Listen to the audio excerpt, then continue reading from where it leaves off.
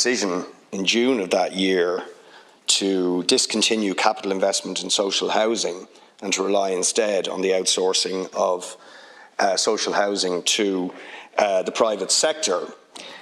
Since then, from 2011, average rents have gone from €740 to €1,500 nationally. In Dublin, they're now €2,082.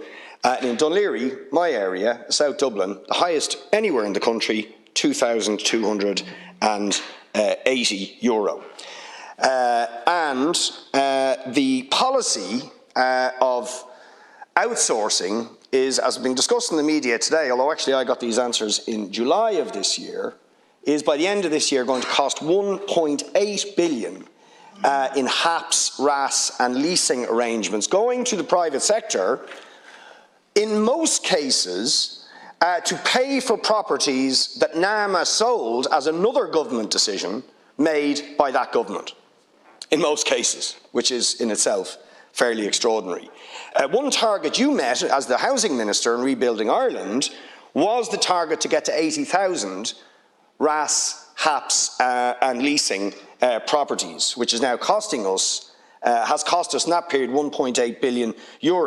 We now have, just to get another bit of information out there, 61,312 HAPs tenancies, 17,507 RAS tenancies and 952 leasing.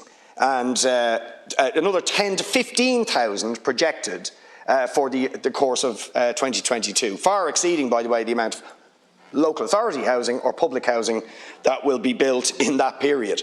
Now, as if all that isn't bad enough, landing us with the housing crisis we are now in, during that same period, including a period you were Minister for Housing, the HAP limits from 2017 in this dysfunctional, incredibly expensive system have not gone up since 2017, when rents continue to go up.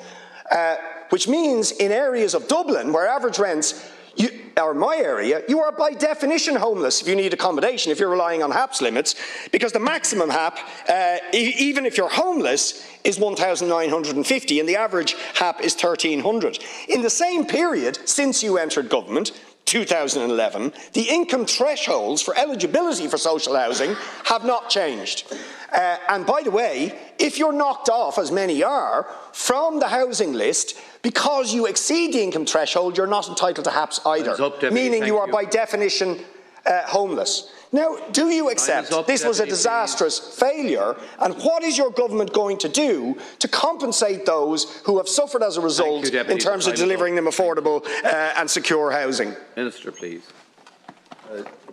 Deputy, you and I have had this debate many times in this House, and you're right on one thing. Relying on rental supports or overly relying on rental supports is not a long to medium-term solution for the housing challenges that we face. Supply is the solution. More social housing, more affordable housing, more targeted and tailor-made solutions for people who need housing, who want to own their own homes and pay for them, but need the support of the state to do that, and also people who want to be in the rental market and need supports to be there. The truth is that there has been an over-reliance on HAP in recent years because we simply haven't been able to deliver enough new builds at the pace that's needed, and that is a simple and practical problem. We are now committing to spend €4 billion on housing each year, but it does take time to build significant numbers of housing. We're going to be providing in and around 10,000 housing units per year in terms of social housing, as well as affordable housing on top of that, which in time will have a huge impact in terms of responding to housing need.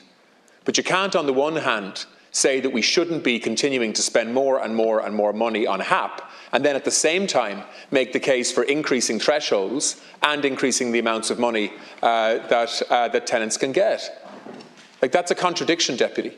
HAP is an emergency response in many ways for many people, while the state builds a housing stock that responds to the extraordinary demands that we're seeing at the moment. And that is what we are going to do in the next number of years. Next year, in 2022, there'll be 11,800 social homes delivered, including 9,000 new builds in terms of social housing.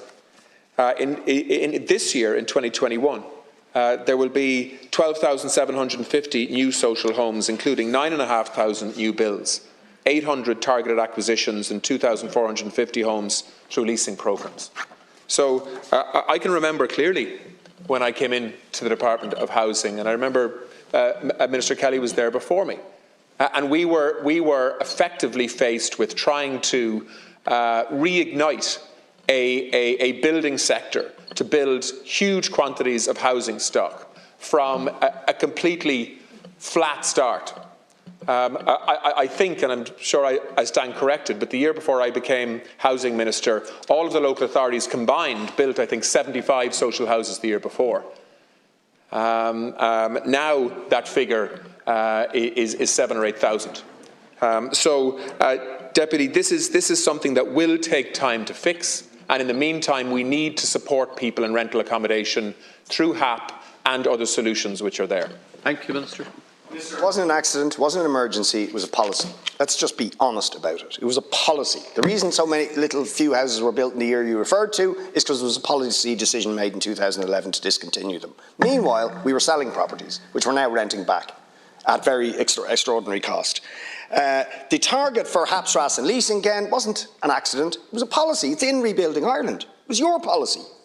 That the amount of HAPS, RAS and leasing would do was 2.5 times what we were going to deliver in terms of actual local authority housing.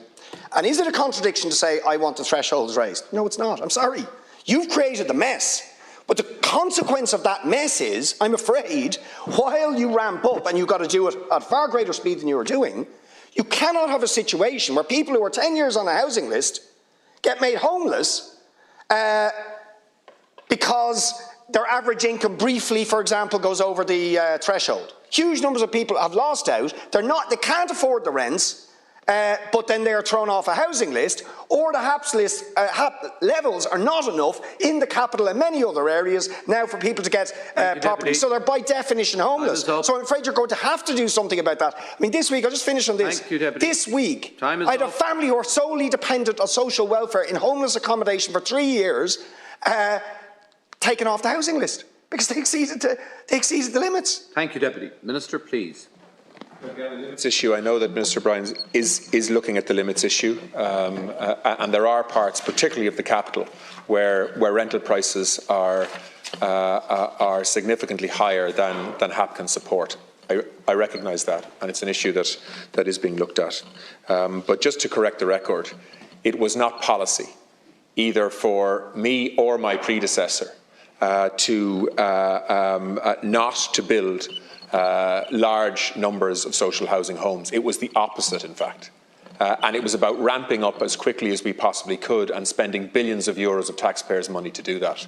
And that has taken years to deliver. And it continues to. And now we're spending 4 billion as opposed to 2 billion then. But I think it's important that we don't start rewriting history here in terms of what happened pre-2011, in terms of where this country was and what it could afford to do. So the issues that you raise in relation to thresholds and ceilings, I think there is some validity to that. But the truth here is that these support programmes for leasing and rental are necessary while we dramatically increase social and affordable housing stock, which we will do in the years ahead. Deputy Verone.